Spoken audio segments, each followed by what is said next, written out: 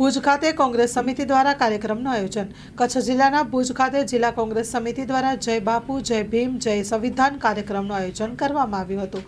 Story report by કરણ વાઘેલા, ભુજ।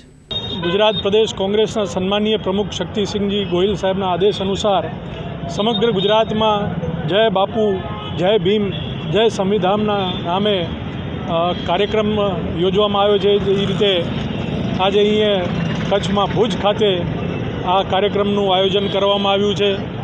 આજે આપણા જે વીર શહીદોએ આ દેશમાં શહીદી આપીને દેશને આઝાદ કરાવડાવ્યું અને આ દેશનું આ દુનિયાનું સર્વશ્રેષ્ઠ સંવિધાન આ દેશને દીધું।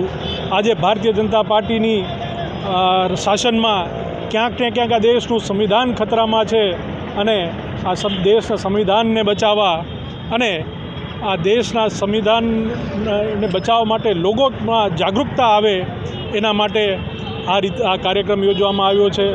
આપે જોયું હશે થોડા સમય પહેલાં જે રીતે દેશના ગૃહમંત્રી અમિત શાહ દ્વારા ડૉક્ટર બાબા સાહેબ આંબેડકરના જે રીતે અપમાન કરવામાં આવ્યું હતું, જે રીતે વારંવાર આ દેશના સંવિધાન ઉપર પ્રહારો થઈ રહ્યા છે, ક્યાંક ને ક્યાંક ખતરામાં છે, ત્યારે લોકોની વચ્ચે અમે જાગૃતતા લાવશું અને આ દેશના સંવિધાનને બચાવવા માટે જે પણ કરવું પડશે એ કોંગ્રેસ પક્ષ કરશે। આજે સમગ્ર ભુજમાં અમે આખા દિવસમાં આ કાર્યક્રમ યોજશું।